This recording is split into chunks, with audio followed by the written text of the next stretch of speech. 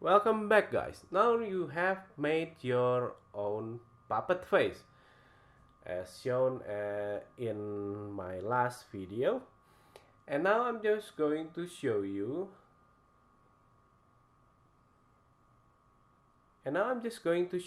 how to make the body for your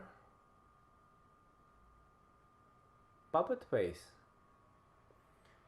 So first off, let's use an A4 paper and put the face on top like this, so we can at least we can compose how big the body and the neck is going to be.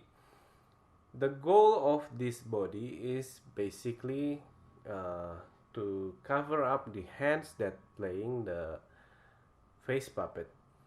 So let me continue on drawing the body for this face, giving it a shirt and the hands. Let's give a color for this character and add some variation. Let's give it its pants and its pocket probably. Then we're going to draw the shoes, and I'm sure you guys can color them also and make this character more alive than what I'm making here in this video. So the neck, we're going to give this kind of shape. So, and now we have this, we can cut it out.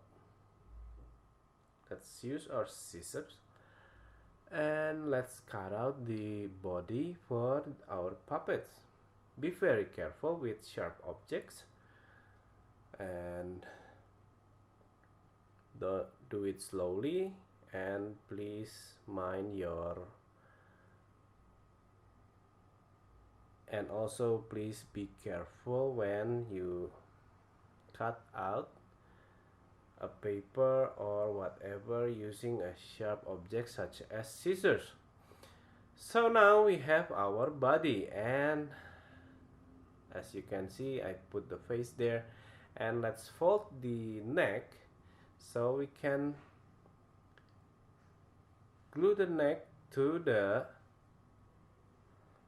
head, and just like that. Let's just leave it dry for a moment.